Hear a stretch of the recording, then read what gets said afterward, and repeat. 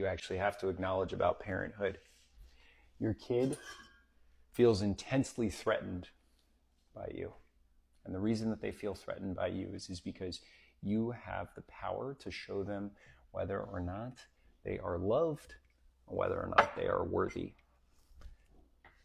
And that is intensely hard, to know that you are waiting to understand whether or not you are worthy or loved or good enough, because you feel this dependence on that adult figure to make you feel that way.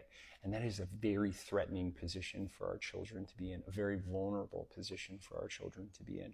And our job as parents, and I think our job in parenthood, is to help them evolve away from that dependency and that disposition, and evolve into a disposition of self-confidence and disposition of self-trust, that they actually don't need our affirmation to believe in who they are and who they want to be.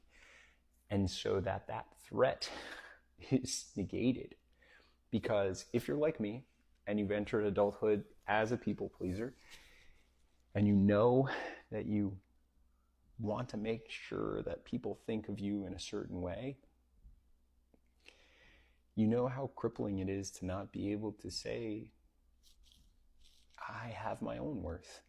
It's our responsibility to make sure that our kids understand their own worth and that they can affirm themselves, and it's not dependent on us. And so we remove that threat. We remove that threat of their worthiness, not by simply giving them affirmation and saying, you are worthy, you are wonderful, you are all of these things. That's great. That's fine. But we remove that by actually helping them foster independence, agency, and skill. The self-confidence and the self-understanding that, I can deal with difficult things, I can do hard things, and I can stand up on my own 2 feet. That is the affirmation they need.